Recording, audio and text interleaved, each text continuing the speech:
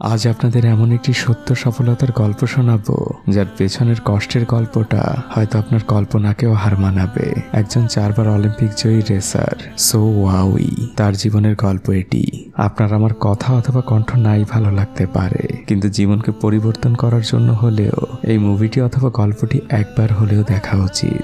কথা দিচ্ছি আপনার সময় নষ্ট করব না। তো চলুন জেনে আসি একটি সফলতার পেছনের সীমাহীন কষ্টের গল্প। মুভি শুরুটা হয় খুব টানটান উত্তেজনার মধ্যে দিয়ে। বেইজিং ন্যাশনাল স্টেডিয়াম, 90,000 দর্শক সেখানে উপস্থিত। প্যারা অলিম্পিকের ফাইনাল আজ। একটি ছেলে জুতো পরে রেডি হচ্ছে। কোচ পেছন থেকে বলে, উঠে দাঁড়াও, সময় এসেছে। প্রতিযোগী নাম্বার 1615 সো ওয়াউই, যার জীবনের সত্য গল্প আমরা জানতে চলেছি। প্যারা অলিম্পিক হচ্ছে প্রতিবন্ধীদের অলিম্পিক। আজ ছিল তার ফাইনাল। সো শেষ মুহূর্তের প্রস্তুতি সেরে নিচ্ছে, কিন্তু হঠাৎই সে তার কানের যন্ত্রটি খুলে ফেলে। সেটি মাটিতেই পড়ে থাকে। তার কাছে চারদিকে একদম নিস্তব্ধ হয়ে যায়। আর তখন ফাইনাল হুইসেলটিও বেজে ওঠে। আর ঠিক এখান থেকেই ঘটনা চলে আসে সো যেদিন এই পৃথিবীতে প্রথম এসেছিল। সোর পৃথিবীতে আগমনী কান্নায় চারদিক মুখরিত। সোয়ের মা অন্ধকার রাতে তার সন্তানকে বুকে চেপে ধরে দৌড়াচ্ছিল, কিন্তু সোয়ের কান্না এক মুহূর্তের জন্য থামেনি। এগলি সেগলি করে সোয়ের মা একসময় হসপিটালে পৌঁছায়। 1981 সালের একটি সকাল। সোয়ের মা বাইরে অপেক্ষা করছিল। সোকে এখানেই ভর্তি করা হয়েছে। কিছুক্ষণ পর ডক্টর সোয়ের মা নানাকে ডেকে পাঠায়। ডক্টর খুব ভারাক্রান্ত মন নিয়ে তাদেরকে জানায় সোয়ের এক ধরনের জন্ডিস হয়েছে, যার ফলে তার ব্রেনের সাথে বডির সংযোগ বিচ্ছিন্ন হয়ে গিয়েছে। সো হয়তো কখনোই হাঁটতে পারবে না, এমনকি তার বেড়ে ওঠাটাও আর 5টা বাচ্চার মতো হবে না। আর সোকে যদি আমরা এখনো বাঁচাতে চাই, ওর একটি অপারেশন প্রয়োজন। মা আর নানা দুজনে এক বাক্যেই রাজি হয়ে যায়। সোয়ের অপারেশন শুরু হয়। এর পরের ঘটনা চলে যায় 1985 সালে। সোয়ের মা সোকে নিয়ে সেই ডক্টরের কাছে আবারও এসেছে। ডক্টর এবার তাদের আরো একটি খারাপ সংবাদ দেয়। যেহেতু সোয়ের ব্রেনের সাথে বডির কন্ট্রোল নেই, তাই তারা পরীক্ষা করে দেখেছে সো আসলে মাত্র 20% কানে শুনতে পায়। তাই সোকে শুনতে হলে তার কানে মেশিন লাগাতে হবে। সোয়ের কানে ফাইনালি মেশিন লাগানো হয়। সো আর তার মা হংকং এরই একটি বস্তিতে থাকে। সো সব সময় নিচে খেলতে থাকা তার বয়সী বাচ্চাদের খেলা দেখতো, তারা কিভাবে দৌড়ায়। সো হাতের আঙুলের ইশারে সেগুলো দেখাতো। মা এটা দেখতে পান আর ছেলের দিকে তাকিয়ে তার দু চোখ পানিতে ছলছল করছিল। সোয়ের মা একটি ফ্যাক্টরিতে চাকরি করত। যেহেতু সোয়ের দেখাশোনার জন্য কেউ নেই, তাই সবসময় সে তার সাথে করেই সোকে নিয়ে আসতো, যেটা কিনা ওই ফ্যাক্টরির ম্যানেজারের একদমই পছন্দ না। সে অনেক বকাঝকা করতে থাকে। সোয়ের মা সন্তানের জন্য সবকিছুই মুখ বুজে সইত। হঠাৎই সোয়ের মা লক্ষ্য করে সোকে যেখানে সে রেখেছিল সেখানে সো নেই। সে চারদিকে সোকে খুঁজতে থাকে। আর তখনই আড়াল থেকে সো হেসে ওঠে। সে আসলে কাপড় দিয়ে নিজেকে পেঁচিয়ে রেখেছিল। সোয়ের মা খুবই রেগে যান, বলে এমনিতে তো হাঁটতে পারিস না, আর কত জ্বালাবে তুই আমাকে। বাচ্চা ছেলে সো মায়ের মুখের দিকে ফ্যাল ফ্যাল চোখে তাকিয়ে থাকে। মা এবার সোকে কোলে নিয়ে একটি মেশিনের উপরে বসিয়ে দেয় আর মেশিনটা স্টার্ট করে দেয়। আর সে কাঁদো কাঁদো গলায় বলে, সো উঠে দাঁড়াও, হাঁটো। কিন্তু সোয়ের মধ্যে কোনো প্রতিক্রিয়া নেই। মেশিনটা সামনের দিকে এগিয়ে যাচ্ছে। সোয়ের মা চিৎকার করে বলে, সো উঠে দাঁড়াও, তোমাকে হাঁটতেই হবে। কিন্তু কোনো লাভ হয় না। একদম শেষ মুহূর্তে মা মেশিনটা অফ করে দেয় আর সে কান্নায় ভেঙে পড়ে। ছেলেকে নিয়ে যুদ্ধ করতে করতে ক্লান্ত সে অনেক কাছেই মাটি, কিন্তু হঠাৎই তার চোখ দুটো আটকে যায়। সো পাশেরই একটি রেলিং ধরে দাঁড়ানোর চেষ্টা করছে। আর সে ধীরে ধীরে দাঁড়িয়ে যায় নিজের পায়ে। সে 1 পা 2 পা আগানোর চেষ্টা করছে। বাচ্চা ছেলে সোয়ের মুখে হাসি, কারণ সে তার মায়ের কান্নার মানে জানে। মা এবার বাচ্চার দিকে এগিয়ে যায় আর তার 2টি হাত বাড়িয়ে দেয়। সো 1 পা 2 পা করে মায়ের কাছে আসে। মা তাকে জড়িয়ে ধরেছে আর মা সোকে বলে, তোকে জীবনে অনেক কিছু করতে হবে। এর পরের দৃশ্যেই দেখা যায় সোকে স্কুলে ভর্তি করানো হয়েছে। মা সোকে নিজের নাম বলাটা খুব সুন্দরভাবে শেখাচ্ছিল, সো ওয়াউই। সো আস্তে আস্তে নিজের পায়ে হাঁটতে শিখে গিয়েছে। সোয়ের মা তার হাজবেন্ডকে বলে, এখন আমাদের উচিত আরো একটি বাচ্চা নেওয়া, কারণ আমাদের বয়স বাড়ছে। সোয়ের ভবিষ্যতের খেয়াল রাখার জন্য হলেও ওর একটি ভাই বোন প্রয়োজন। আর এর পরের দৃশ্যটা চলে যায় কয়েক বছর পরে। সোয়ের ছোট একটি ভাই হয়েছে। সো আর তার ছোট ভাই একই স্কুলে পড়ে। সো এখন তার মাকে কাজে অনেক হেল্প করে। সে তাদের কলোনির মধ্যে লটারির টিকিট বিক্রি করে আর লাভের টাকাগুলো সে সবসময় তার মাকে দিত। আজও সে একই কাজ করছিল, কিন্তু তখন সেখানে কিছু বখাটে ছেলে আসে আর সোকে বকাঝকা করতে থাকে। তারা সোয়ের কাছ থেকে তার টাকাগুলো ছিনিয়ে নেয়। এটা দেখে সোয়ের ছোট ভাই তার মাকে ডেকে নিয়ে আসে। সোয়ের মা তাড়াহুড়া করে বাইরে আসে আর সে তার ছেলেকে ডাক দেয়। সোয়ের চোখ যায় তখন ওই টাকার দিকে।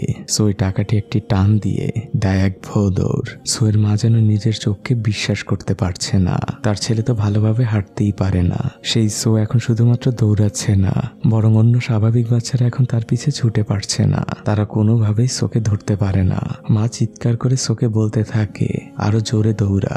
সো দৌড়াতে দৌড়াতে তার মায়ের পিছে এসে দাঁড়িয়েছে। মা ওই ছেলেগুলোকে বাধা দেয়। পরের দৃশ্যেই দেখা যায় মা সোকে নিয়ে একটি প্রতিবন্ধীদের রেসের স্কুলে এসেছে। সে তার ছেলেকে এখানে ভর্তি করাতে চায়, কিন্তু এখানে ভর্তি হতে হলে 14 বছর বয়স হওয়া লাগবে। কিন্তু সোয়ের বয়স 13 বছর। তাই দায়িত্বে থাকা লোকটি সোকে ভর্তি করতে চাচ্ছিল না। তখন মা ওই লোকটির সাথে অনেক তর্ক বিতর্ক করে ফাইনালি সোকে সেখানে ভর্তি করায়। মা এবার সোকে নিয়ে সেই রেস ট্র্যাকে এসেছে। সেখানে সোয়ের মতো অনেকেই রয়েছে। তারা সবাই দৌড়ের প্রস্তুতি নিচ্ছিল। কোচ তাদেরকে ইনস্ট্রাকশন দিচ্ছিল। আর সোয়ে সবকিছুই খুব অবাক চোখে দেখছিল।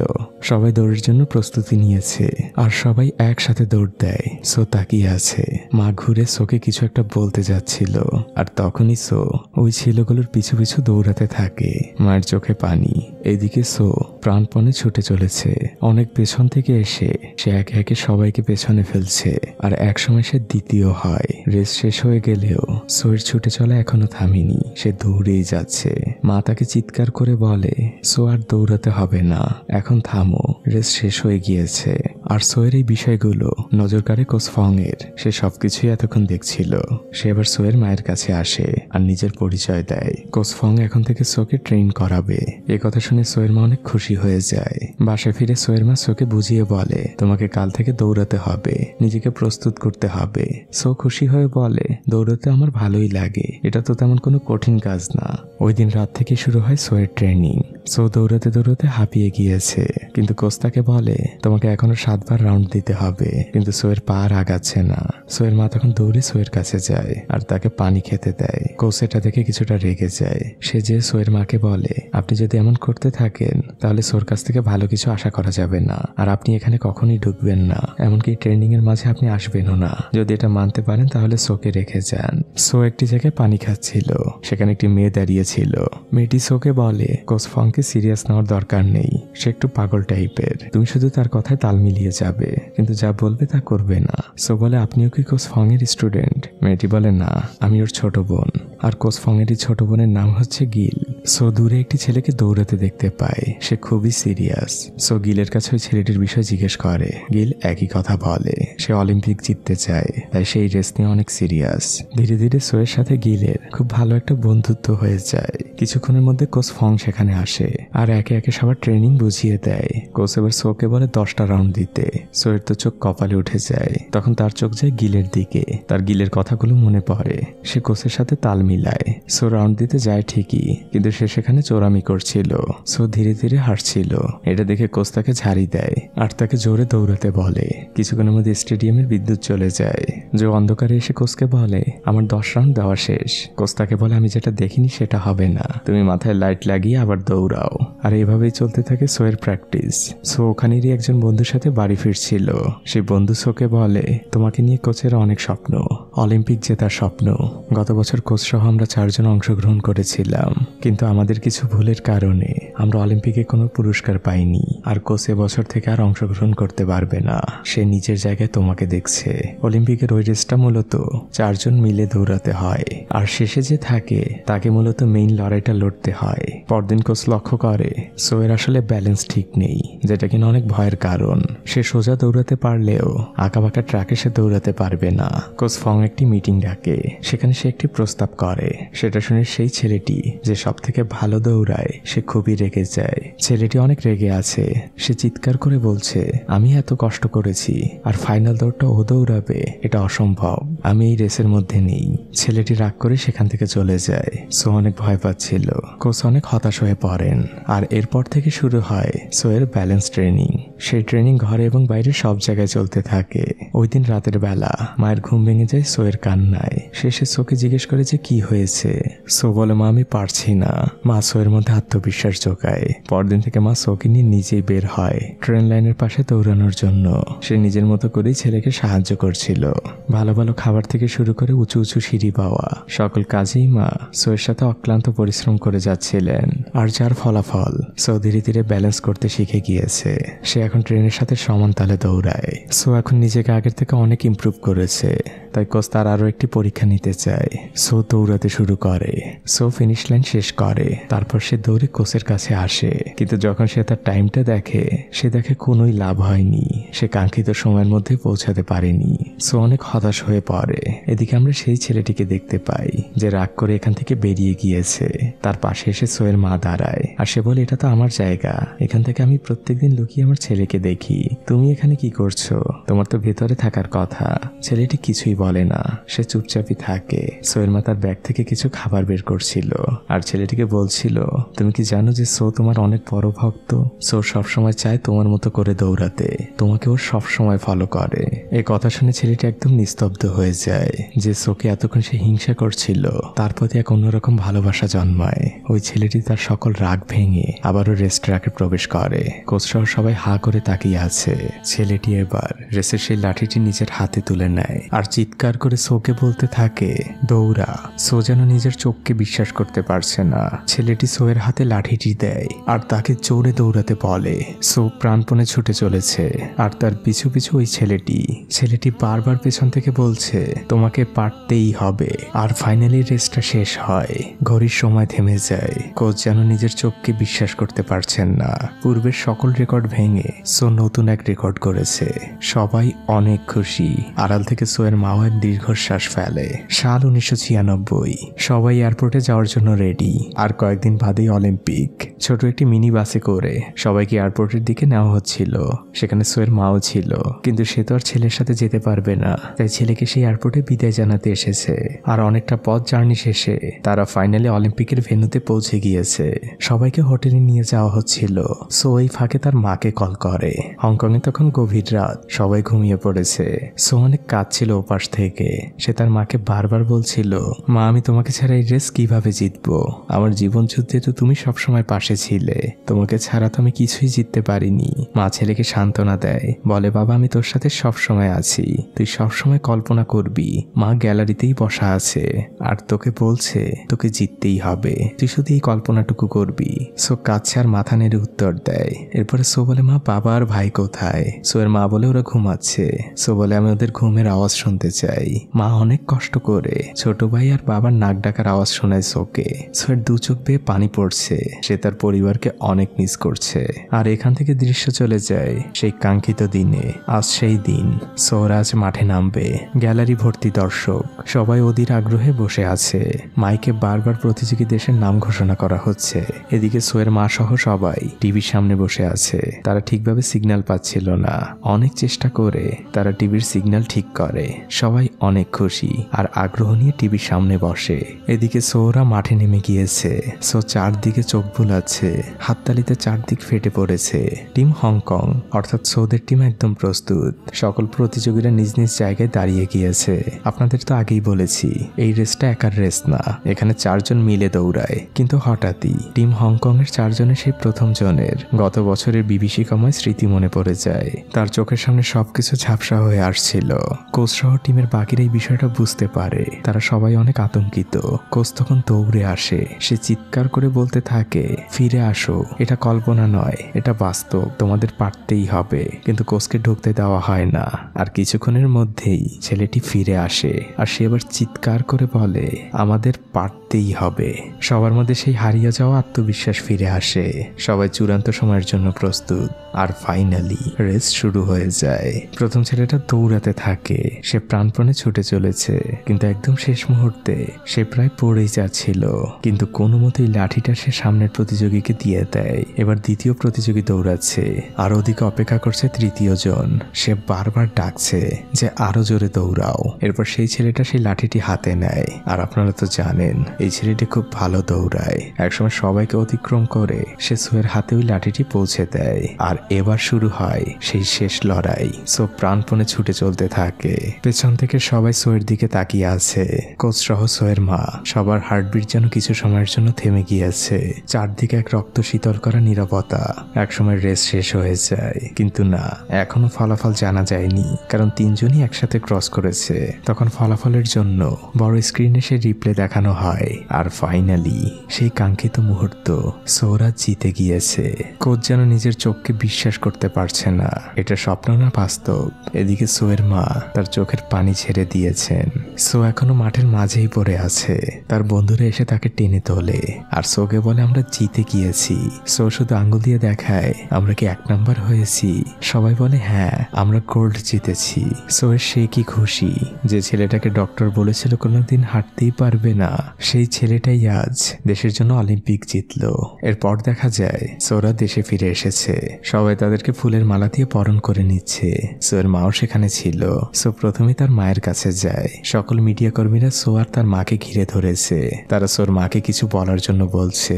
সোর মা তাদের উদ্দেশ্যে বলে, আমি আজ অনেক খুশি, শুধু আপনাদের কাছে একটা দাবি জানাতে চাই, অলিম্পিকে যারা সাধারণ মানুষ জেতে তাদের যে সম্মানটা দেওয়া হয়, সেই সম্মানটা যেন এই প্রতিবন্ধী বাচ্চাদেরও দেওয়া হয়। এটা শুনে কোচ তালি দেয়, সবাই অনেক বাহাবা দেয়। রাতের বেলা মার ছেলে বসেছিল, তখন পেছন থেকে সো তার গোল্ড মেডেলটা মায়ের গলায় পরিয়ে দেয় আর তার মাকে বলে, মা নানা বলেছিল আমার জন্মের পর থেকে তুমি কোনোদিন গোল্ড পরোনি, আমার চিকিৎসার জন্য তুমি তোমার সকল স্বর্ণ বিক্রি করে দিয়েছো। এটা তোমার মা, আর তোমাকে আমি প্রমিস করছি তোমার পুরো শরীর আমি একদিন গোল্ড দিয়ে ভরিয়ে দিব। ছেলের এই কথায় মা কাঁদছে। একজন মায়ের আর কি চাওয়া পাওয়া থাকতে পারে। আর এরপর থেকে দেখা যায় সোদের পুরো ঘর আসলে মেডেলে ভরে যাচ্ছে। সো তার মাকে দেওয়া কথা রাখতে পেরেছে। এরপর 2000 সালে সিডনি অলিম্পিকেও সো অংশগ্রহণ করে, আর সেখানেও সো এক নাটকীয়তার মধ্যে দিয়ে জিতে যায়। চারদিকে সবাই খুশিতে ফেটে পড়ে। কোচ আর সোয়ের মা গ্যালারিতেই ছিল। মা আঙুলের ইশারায় সোকে বুঝায় মা তোমাকে সব সময় দেখছে। সো মার দিকে একই ভঙ্গি করে। কোচ সোকে তার দেশের পতাকাটা দিয়ে দেয়। সো সেটাকে পরম মমতা নিয়ে গায়ে জড়িয়ে রাখে। সোকে এখন অনেক প্রেস কনফারেন্সে ডাকা হয়, সেখানে সবাই সোকে বাহাবা দেয়। একজন বিজ্ঞাপন কোম্পানির এজেন্ট সোয়ের মাকে ইশারায় অ্যাপ্রিসিয়েট করে, আর কনফারেন্স শেষে সে সোয়ের মায়ের সাথে দেখা করে। সে তার পরিচয় দেয় আর সে বলে, আপনি চাইলে আমি সোয়ের জন্য ভালো ভালো স্পন্সর খুঁজে দিতে পারি, তারা অনেক টাকা দিবে। সোয়ের মা খুবই উৎসাহিত। সে জিজ্ঞেস করে কত টাকা দিবে। লোকটি বলে তা তো এক্স্যাক্টলি বলা যাবে না, তবে অনেকগুলো টাকা। আর আপনি তো জানেনই আমাদের দেশের সরকার এসব অ্যাথলেটদের টাকা দিয়ে কোনো সাহায্য করে না, তারা শুধু পারে মেডেল আর সার্টিফিকেট দিতে। ওই দিন রাতের বেলা সোয়ের কলোনির সবাই মিলে সোদের পুরো পরিবারকে সারপ্রাইজ দেয়। তারা তাদের জন্য স্পেশাল খাবারও রান্না করে, যেটা সবাই মিলে একসাথে খায়। কোচ আর কোচের বোনও সেখানে ছিল। সো কোচের বোনের সাথে গল্প করে, আর সেটা যখন সোয়ের মা দেখে সে খুবই খুশি হয়। পরদিন থেকে সোয়ের মা সোয়ের সাথে এসব বিষয় নিয়ে ফান করতে থাকে, কিন্তু সোয়ের ফোকাস হচ্ছে নেক্সট অলিম্পিক। সে আরো নতুন নতুন ইভেন্টে যোগ দিতে চায়। এতদিন সে এই ট্রেনের সাথে সমান তালে দৌড়াতে পারত। আজও সো প্র্যাকটিস করার জন্য সে ট্রেনের সাথে দৌড়াতে এসেছে, কিন্তু আজকের দৌড়টা ছিল অন্যরকম। সে আজ তার কানের মেশিনটা খুলে ফেলেছে, তারপর সে ট্রেনের সাথে দৌড়াতে শুরু করে। আর এই প্রথম সো ট্রেনের থেকেও বেশি গতিতে দৌড়ালো। মা যেন নিজের চোখকে বিশ্বাসই করতে পারছেন না। ছেলের এই নতুন রেকর্ডে মার আত্মবিশ্বাস আরো বেড়ে গিয়েছে। সো আজ অনেক খুশি। এরপর ঘটনা চলে যায় 2006 সালে। সোরা সবাই হসপিটালে এসেছে, কারণ সোয়ের বাবা অ্যাক্সিডেন্ট করেছে। তার ব্রেন খুবই আঘাতপ্রাপ্ত হয়েছে। তার অনেক বড় একটি অপারেশন প্রয়োজন, যার জন্য প্রয়োজন অনেকগুলো টাকা। আপনারা এতক্ষণ কি ভাবছিলেন সো অলিম্পিক জিতেছে বলে অনেকগুলো টাকা পেয়েছে? মোটেও না, কারণ সে সাধারণ অলিম্পিক জেতেনি, সে প্রতিবন্ধীদের অলিম্পিক জিতেছিল, যার জন্য সরকার শুধু মাসে তাকে 3000 টাকা দেয়। সোর মা তার সন্তানদের বোঝায় আমাকে নতুন চাকরি খুঁজতে হবে। সে সোয়ের ছোট ভাইকে বলে আপাতত তোমাকে স্কুলে যেতে হবে না, বাসায় বাবার খেয়াল রাখবে, মা ব্যস্ত থাকবে, তাই সোয়েরও এখন থেকে প্র্যাকটিস বন্ধ। এরপর দেখা যায় সোয়ের মা একটি ক্লিনিং এর কাজ নিয়েছে, আর অন্যদিকে সোয়ের ছোট ভাই সোয়ের সেই মেডেলগুলোর মধ্যে থেকে কয়েকটি মেডেল এনে তার বন্ধুদের কাছে বিক্রি করে দেয়। তার বন্ধুরা সেগুলো নিয়ে ফটোশুট করতে থাকে। মা তার ছোট ছেলেকে নিয়ে খুব রাগান্বিত ভাবে বাসায় ঢোকে। সো বাসায় শুয়েছিল, মা কিছু একটা খুঁজছে। সে তার কিছু স্বর্ণের অলংকার হাতে নেয় আর সেগুলো ছোট ছেলের হাতে দিয়ে বলে এগুলো দিয়ে তোমার ভাইয়ের মেডেলগুলো নিয়ে আসো। ছেলেটা কিছুই বলে না। তখন মা তার সেভিংসের খাতাটা বের করে আর সেই বইটা ছেলের হাতে দিয়ে বলে, এখানে যে টাকাগুলো আছে এগুলো তুমি নিয়ে যাও, তারপরে তোমার ভাইয়ের ওই মেডেলগুলো নিয়ে আসো। ওই মেডেলগুলো অর্জনের পেছনের কষ্টের গল্পটা তুমি বুঝবে না। ওটা শুধু একটি মেডেল না, ওটা অর্জন করতে তোমার ভাইকে কত কষ্ট করতে হয়েছে তোমার কোনো ধারণা নেই। তোমার তো টাকার প্রয়োজন, তা তো তুমি পেয়ে গিয়েছো। এবার সোয়ের ছোট ভাইটি চিৎকার করে ওঠে। সে বলে, মা তুমি সারা জীবন শুধু ভাইয়াকে নিয়ে ভেবেছো, তুমি কি কখনো শুনতে চেয়েছো আমি কি চাই, আমি কেমন আছি? তুমি কি বলতে পারবে যে আমার কোন খাবারটা পছন্দ? ঘরের ভালো খাবারগুলো সবসময় তুমি ভাইয়াকে খাইয়েছো। আমারও তো ইচ্ছে করে ফ্যামিলিকে সাপোর্ট করতে, কিন্তু তোমরা তো কখনো আমার দিকে ফিরেও তাকাওনি। ছেলেটা চলে যায় আর হঠাৎই ঘুরে তাকায় আর তার মাকে জিজ্ঞেস করে, মা তুমি কি বলতে পারবে আমার প্রিয় খেলা কোনটা? মা যেন কিছু সময়ের জন্য নিস্তব্ধ হয়ে গিয়েছেন। সোয়ের চোখেও পানি। ছোট ভাইয়ের এই কথায় সে অনেক ব্যথিত। সে তার মাকে বলে, মা কাল থেকে আমি একটি কুরিয়ার কোম্পানিতে চাকরি করব। তোমার কষ্ট, ছোট ভাইটার কষ্ট আমার আর সহ্য হয় না। মা বলে, তোর অনেক কষ্ট হয়ে যাবে বাবা, তোর এত কষ্ট করতে হবে না। সো বলে, মা অলিম্পিকের জন্য তো অনেক দৌড়ালাম, এবার না হয় পরিবারের জন্য একটু দৌড়াই। সো অনেক কাজ ছিল। তার মা কোনোভাবেই এটা মেনে নিতে চায় না। পরদিন থেকে সো সেই কুরিয়ার কোম্পানিতে যোগ দেয়। সে সারা দিন পরিশ্রম করতে থাকে আর দিন শেষে সে কোচ ফং এর সাথে দেখা করে। কোচ ফং তাকে জিজ্ঞেস করে, তুমি কেন এই চাকরিটা করছো? তুমি এখন প্র্যাকটিসেও আসছো না। সো তখন এক কষ্টের হাসি দিয়ে বলে, অলিম্পিকের জন্য সরকার আমাকে দেয় 3000 টাকা আর এই কুরিয়ার কোম্পানিতে চাকরি করে আমি 7000 টাকা পাই। এটা দিয়ে আমার এখন সংসার চলছে, আমার বাবার চিকিৎসা চলছে। কোচের মুখে সোয়ের এই কথার কোনো জবাব নেই। টিভিতে বেইজিং অলিম্পিকের প্রস্তুতি দেখানো হচ্ছিল। সো কিছুক্ষণ তাকিয়ে থাকে, তার চোখ দুটো পানিতে টলটল করছিল। তারপর সে মাথা নিচু করে নিজের খাওয়ায় মন দেয়, কারণ তাকে কাজে যেতে হবে। এই অলিম্পিক তার পেটের ক্ষুধা মেটাতে পারেনি। সোয়ের মা বিষয়টা লক্ষ্য করে। ওই দিন কাজ শেষে সোয়ের মা সেই বিজ্ঞাপন কোম্পানির এজেন্টকে ফোন দেয় আর তাকে সোয়ের জন্য কোনো স্পন্সর ম্যানেজ করে দিতে বলে। তখন ওই এজেন্ট সোয়ের মাকে বলে, এজন্য তো সোকে আগামী অলিম্পিকে অংশগ্রহণ করতে হবে। সোয়ের মা খুশিতে এসে সোকে বলে, তোকে এখন থেকে আরো জোরে দৌড়াতে হবে, তোকে আর এই কাজ করতে হবে না, তুই আবার প্র্যাকটিস শুরু কর। আমি তোর জন্য ছোট কিছু স্পন্সর ম্যানেজ করেছি। ওই দিন রাতের বেলা সোকে কিছু ফটোশুট করানো হচ্ছিল, কারণ তার জন্য খুব ছোট ছোট কিছু স্পন্সর ম্যানেজ করা হয়েছে। কোচ ফং দূর থেকে এটা দেখতে পায়। পরদিন সো কোচ ফং এর সাথে আবারও সেই তার প্র্যাকটিস গ্রাউন্ডে এসেছে। সে আবারও প্র্যাকটিস শুরু করতে চায়। কোচ ফং তাকে উৎসাহ দেয়। সো দৌড়ের জন্য প্রস্তুতি নেয় আর সে তার দৌড়টা শুরু করে। কোচ ফং যেন সেই 12 বছর আগের সোকে দেখছে। সো তার দৌড়টা শেষ করে আর সে মাটিতে শুয়ে পড়ে। কোচ ফং তার উপর মোটেও খুশি না, কারণ সো তার নিজের কোনো রেকর্ডই ভাঙতে পারেনি। পরদিন থেকে শুরু হয় সোয়ের কঠিন প্র্যাকটিস। সোয়ের দৌড়ের পুরনো ভিডিওগুলো কোচ দেখাচ্ছিল আর তার দুর্বল জায়গাগুলো বের করছিল। এরপর সে সোয়ের উপর নানা ট্রিক্স অ্যাপ্লাই করছিল। সো যেমন একদিকে কঠিন প্র্যাকটিস করছে, সেই সাথে সে বিভিন্ন বিজ্ঞাপন কোম্পানিরও কাজ করছে। একদিকে প্র্যাকটিস, অন্যদিকে টাকার জন্য বিজ্ঞাপন কোম্পানির কাজ। সব মিলে সোয়ের মাথার অবস্থা একদমই খারাপ হয়ে যায়। সো অনেক ক্লান্ত হয়ে গিয়েছে। কোচ বিষয়টা বুঝতে পারছে। একদিন কোচ বাধ্য হয়ে সোয়ের মাকে ঝাড়ি দেয়। সে বলে, আপনি ছেলেটার কাছ থেকে কি চান, পারফরমেন্স নাকি বিজ্ঞাপন? সোয়ের মা কিছুটা লজ্জা পায়। সোয়ের মা সাইড বেঞ্চে বসে ছেলের দৌড় ভিডিও করছিল। তখন সেই বিজ্ঞাপন কোম্পানির এজেন্ট তার পাশে এসে বসে। তাকে দেখেই সোয়ের মা বলে, এখন সোকে পারফরমেন্সে ফোকাস করতে হবে, এখন সে কোনো বিজ্ঞাপনে কাজ করবে না। তখন ওই এজেন্ট সোয়ের মায়ের হাতে একটি কাগজ দেয় আর বলে, এই বিজ্ঞাপনটার টাকার সংখ্যাটা দেখুন। সোয়ের মায়ের চোখটা একবারের জন্য সেখানে যায়। সে কিছু সময়ের জন্য নিস্তব্ধ হয়ে যায়, কারণ টাকার অঙ্কটা ছিল অনেক বেশি। এজেন্ট সোয়ের মাকে বলে, একবারও কি ভেবেছেন সো যখন রিটায়ারমেন্টে যাবে তখন ওর টাকাটা কোথা থেকে আসবে? সোয়ের মা বিষয়টা বুঝতে পারে, তাই সে ছেলেকে দিয়ে এই বিজ্ঞাপনটা করাতে রাজি হয়। সো শুটিং করছিল, কিন্তু ডিরেক্টরের পছন্দ হচ্ছিল না। সে সোয়ের বারবার রিটেক নিচ্ছিল। সো একসময় ক্লান্ত হয়ে বলে, আমি এখন আর পারবো না, আমার ব্রেক দরকার। এটা বলে সো পেছনের দিকে হাঁটা দেয়। তখন মাঝে তাকে থামায় আর সোকে বোঝানোর চেষ্টা করে। সো বলে, মা আমি অনেক ক্লান্ত, আমি এখন আর পারবো না। সোয়ের মা সোকে রিকোয়েস্ট করতে থাকে। তখন সো কিছুটা অবাক হয়। সে বলে, মা তুমি কি চাও আমি আবার দৌড়াই নাকি বিজ্ঞাপন করি? সোয়ের মা বলে, দুটোই। সো এক অবাক চোখ নিয়ে মায়ের দিকে তাকায় আর একটি দীর্ঘশ্বাস ফেলে সে আবারও কাজে ফিরে যায়। রাতের বেলা সো যখন প্র্যাকটিসে আসে তখন কোচ ফংও তাকে বারবার একই কাজ করতে বলছিল, কারণ সোয়ের শুরুটা ভালো হচ্ছে না। একসময় সো রেগে সেখান থেকে চলে যেতে চায়। তখন কোচ ফং যে তাকে অনেক ঝাড়ি দেয়, বলে, তোমার জন্য আমি এত কষ্ট করছি, তোমার কাছে এগুলোর কোনো মূল্য নেই। তখন সো কিছুটা রেগে যেয়ে বলে, আমি এখন আর কোনো মানুষ নেই, আমি এখন বিজ্ঞাপন বিজ্ঞাপনের বস্তু, যে যেভাবে পারছে আমাকে ইউজ করছে, আমি এসব থেকে মুক্তি চাই। এটা বলে কাঁদতে কাঁদতে সো সেখান থেকে চলে যায়। রাতের বেলা সো যখন মায়ের সাথে বাড়ি ফিরছিল তখন মা তাকে বুঝিয়ে দিচ্ছিল আগামীকাল তার কি কি কাজ রয়েছে, কোথায় কোথায় তার শুটিং রয়েছে। সো এবার তার মায়ের উপর রেগে যেয়ে বলে, মা আমি আমার নিজেকে হারিয়ে ফেলছি, আমি দৌড়াতে ভালোবাসি, আমি সেটা করতে পারছি না।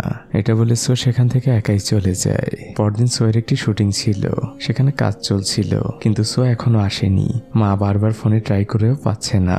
এদিকে সেই বিজ্ঞাপন এজেন্ট সোয়ের মাকে অনেক তাড়া দিচ্ছে, অনেক টাকা লোকসান যাবে সেই ভয় দেখাচ্ছে। সোয়ের মা কিছুটা সময় চায়, কিন্তু সো এদিন আসেনি। সে প্র্যাকটিস করছিল। তার মা তাকে 70 বার কল দিয়েছে। সেই কথা গিল নামক সেই মেয়েটা সোকে জানায়। সো গিলের সাথে গল্প করছিল। এরই মধ্যে দূর থেকে আমরা তার মাকে দেখতে পাই।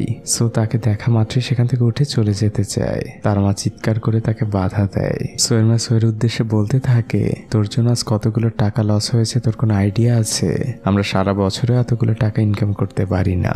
সো আক্ষেপ নিয়ে বলতে থাকে, মা আমার কাছে মনে হচ্ছে আমি দিন দিন তোমার কাছে আর তোমার ছেলে নেই, একটি পণ্যতে পরিণত হয়েছি। ছেলের এই কথায় মা খুবই কষ্ট পান। সোয়ের মা সোকে বলে, তোর যখন জন্ম হলো তখন কেউ তোকে চায়নি, আমি যুদ্ধ করেছি তোর জন্য। তুই যখন হাঁটতে পারতি না কেউ তোর খেয়াল রাখেনি, আমি তোকে পিঠে নিয়ে নিয়ে হেঁটেছি। আর আজকে এই যে টাকাগুলোর কথা বলছিস এগুলো আমি তোর জন্যই করছি। তোর ওই টাকার আমার দরকার নেই। আমি চাই আমি যখন থাকবো না তখন যেন তুই তোর নিজের খেয়াল রাখতে পারিস। সোয়ের মনে আসলে এই কথাগুলো ধরছে না। সে সেখান থেকে রাগ করেই চলে যায়। রাতের বেলা সোয়ের মা কোসফং এর সাথে কথা বলছিল। সে কোসফংকে একটা উপহার দেয়। কোসফং বলে, এটা তো আপনি আগামীকালও দিতে পারতেন। মা বলে, আমি যাচ্ছি না, এবার সোকে নিয়ে আপনি একাই যাবেন। ওকে একটু একা চলতে দিন, শিখতে দিন বাস্তব পৃথিবীকে। মা বেইজিং এই থেকে যান। এদিকে সো বেইজিং অলিম্পিকে অংশ নিয়েছে। প্রথমে ছিল 100 মিটার দৌড়। কিছুক্ষণের মধ্যেই রেস শুরু হয় আর ফলাফল সো থার্ড হয়েছে। এটাই প্রথম যে সেই 100 মিটার দৌড়ে তৃতীয় হলো। এর পরের রেসটা ছিল 200 মিটারের। সেই রেসটাও শুরু হয়। সবাই দৌড়াচ্ছে, সো একদম পেছনে পড়ে রয়েছে। আর সেই পেছনে থাকা অবস্থায় রেস শেষ হয়। সোকে নিয়ে ভাষ্যকাররাও হাসাহাসি করছে। সো গ্যালারির চারদিকে তাকাচ্ছে। সে তার মাকে খুঁজছে, কিন্তু কোথাও সে তার মাকে দেখতে পাচ্ছে না। সো কান্নায় ভেঙে পড়ে। আর মাত্র একটি রেস বাকি, 400 মিটারের। সো হতাশ হয়ে বসে আছে। সে একদমই ভেঙে পড়েছে। আর ঠিক তখনই তার কাঁধে স্পর্শ করে মা নামক এক ভরসার হাত। মা বলে, উঠে দাঁড়াও, দৌড়াতে হবে তোমাকে। সোয়ের মুখে হাসি। মা দৌড়াচ্ছে, ছেলেও তার পিছু পিছু। আর এর পরের দৃশ্যটা চলে আসে মুভির সেই প্রথম দৃশ্যে। বেইজিং স্টেডিয়াম, 2008 সালের অলিম্পিক, 90,000 দর্শক। একটি ছেলে রেডি হচ্ছিল। কোচ তার পিঠে হাত দিয়ে বলেছিল, চলো সময় হয়ে গিয়েছে। প্রতিযোগী নাম্বার 1615। শেষ মুহূর্তে কোচ তাকে আঙুল দিয়ে দেখায় 1। সো তার আঙুল উঁচু করে, তাকে ফার্স্ট হতেই হবে। সো মাঠে প্রবেশ করে। সে চারদিকে তার মাকে খুঁজছে। আর সেই চিরচেনা গ্যালারিতে সে তার মাকে দেখতে পায়। তার মা তাকে ঠিক আগের মতো করেই আঙুলের ইশারায় দেখাচ্ছে, মা তোমাকে দেখছে। আর সো সেই একই কাজই করে। মার ছেলের এই দৃশ্য তখন বড় স্ক্রিনেও দেখানো হচ্ছিল। সো একদম শেষ মুহূর্তের জন্য প্রস্তুত। আর ঠিক তখনই সে তার কানে সেই মেশিনটি খুলে মাটিতে রেখে দেয়। চারদিক নীরব হয়ে যায়। সোয়ের চোখের সামনে ভাসছে তার সেই ছোটবেলার স্মৃতি, সেই উঠে দাঁড়ানো, মায়ের চিৎকার, তার জন্য তার মায়ের করা প্রত্যেকটি আত্মত্যাগ। সেই দৌড় শুরু হয়ে যায়। সোয়ের এই ছুটে চলা শুরু হয়েছিল সেই অনেক বছর আগে। আমরা সেই ছোট সোকেও দেখতে পাই। পিছনে ফেলে এসেছে কতটা পথ, কতগুলো স্মৃতি। সেই সব স্মৃতি আজ তার চোখের সামনে ভাসছে। সোয়ের ছুটে চলা এখনো থামেনি। সে তার জীবনের শেষ প্রতিযোগিতায় অংশ নিয়েছে।